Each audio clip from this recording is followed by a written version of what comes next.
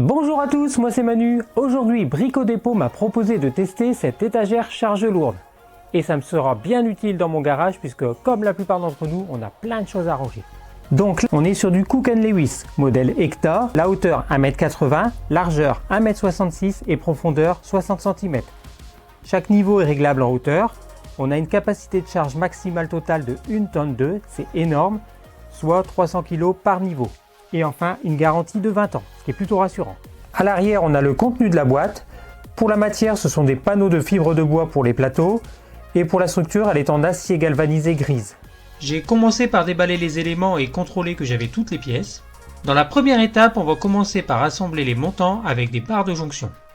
Attention avec les montants, il y a un sens, regardez bien le schéma. C'est plutôt bien pensé, les plaques de jonction s'emboîtent dans les montants avec des espèces de rivets. Il suffit de les placer en face des trous et de tapoter un peu avec un maillet pour les emboîter.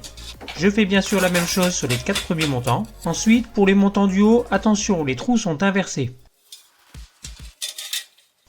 Donc ils viennent tout simplement s'emboîter dans les plaques de jonction et j'aide un peu avec un maillet. Ici, j'emboîte les pieds en plastique. L'étape 2, c'est la pose d'hélice entre deux montants. Donc là, encore une fois, attention, il y a un sens, la petite encoche doit être vers le haut.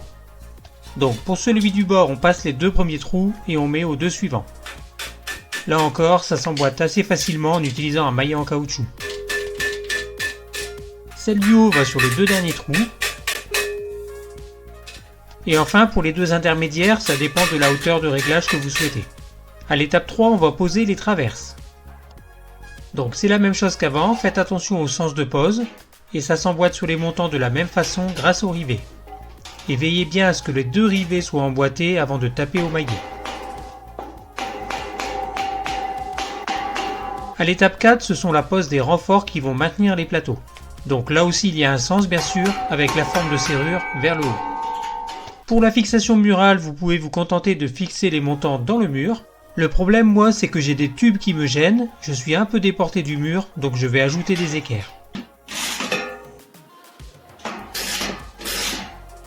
Et enfin, il ne me reste plus que la pose des panneaux en bois. Donc si vous n'avez fait aucune erreur dans le montage, ils viennent s'emboîter pile poil dans les montants. Ça donne un ensemble très rigide et très stable. J'ai commencé à la charger, aucun souci, c'est très solide, c'est rassurant. Les plateaux sont grands et profonds, ça permet de ranger pas mal de choses. Les renforts en dessous permettent de mettre des charges même au milieu des étagères. Et grâce à sa hauteur, tout est facilement accessible. Elle a une belle finition, il n'y a pas de bord tranchant par exemple, et il y a une bonne impression de solidité. Elle est stable et on voit qu'on peut la charger sans problème. Je vous le répète encore, mais ne lésinez pas sur la fixation murale. Elle est importante, même essentielle. Donc voilà, moi je suis très content de cette étagère, c'est un bon produit. J'espère que cette vidéo pourra vous aider dans votre choix. Moi je vais continuer à ranger mon matériel et je vous dis à bientôt.